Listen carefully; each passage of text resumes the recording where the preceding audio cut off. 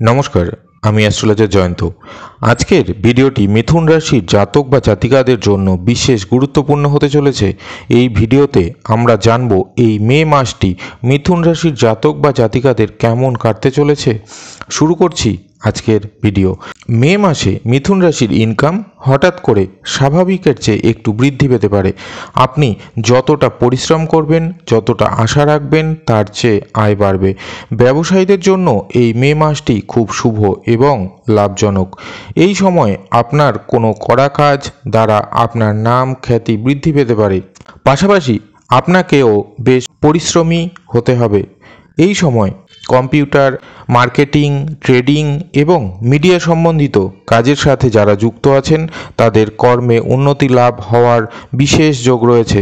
যারা চাকরি করেন তাদের এই সময়টি মধ্যম যাবে। যারা সেনাবাহিনীতে যাওয়ার জন্য চেষ্টা করছেন বা প্রিপারেশন নিচ্ছেন তাদের জন্য এই সময়টি বেশ হেল্পফুল হবে এবং চেষ্টার পরিমাণও বাড়তে দেখা যাবে।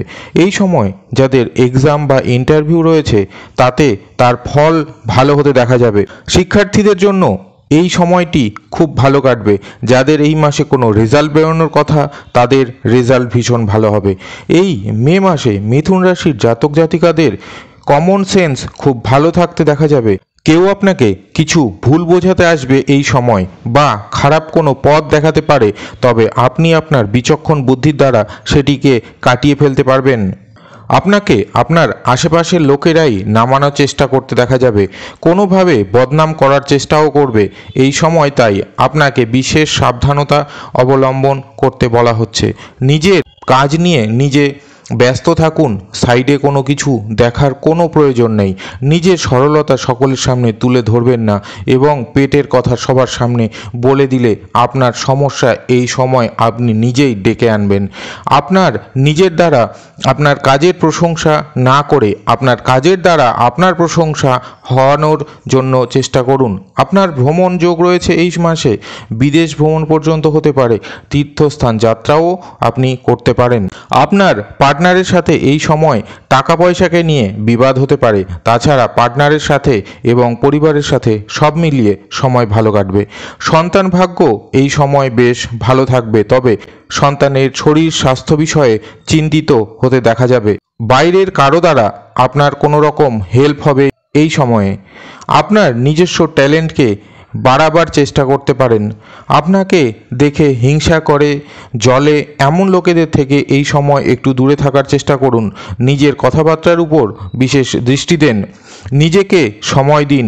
মেডিটেশন, যোগ, ব্যায়াম প্রভৃতি করুন, তাতে আপনি আরও বেশি ভালো থাকবেন। খারাপ সঙ্গ থেকে এই সময় আপনি একটু দূরে থাকুন।